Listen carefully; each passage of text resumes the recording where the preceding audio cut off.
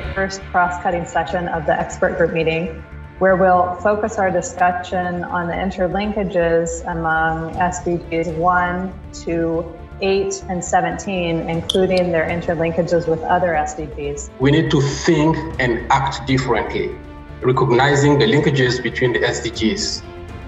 The pandemic is a challenge, that's for sure, but it's also an opportunity. COVID-19 has had a devastating effect on Asia Pacific, as the reports indicate that the pandemic will push over 78 million people under the poverty line in South Asia alone.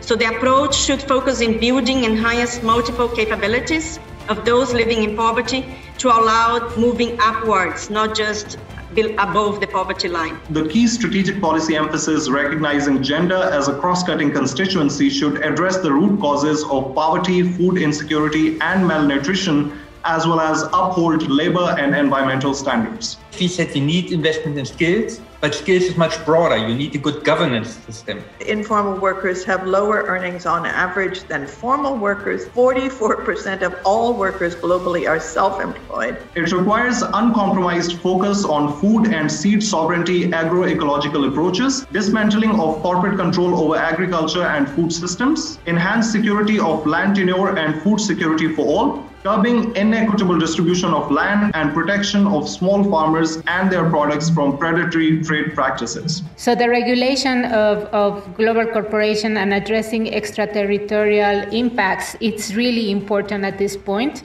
And those policies will have trade-offs and will have effects, positive and negative, and will have, of course, distributional effects. The United Nations should also establish a technology facilitation mechanism along with a global data governance system to ensure that technological innovation is not concentrated in the hands of a few tech giants, and to also protect citizen privacy as well as enabling technology transfer to the developing countries to address the digital divide. We spoke a lot about financing and the need for tax reform policies, fair taxation to ensure proper financing of the schemes required, policy options including mono-tax approaches and others that could be explored and being piloted by many countries. We reiterate our concrete policy recommendation to enact a UN tax body at the regional level to reform the taxation architecture, strengthen national policy infrastructure, and protection of state policy space for right-based SDGs compatibility impact assessment of taxation architecture, trade and investment agreements,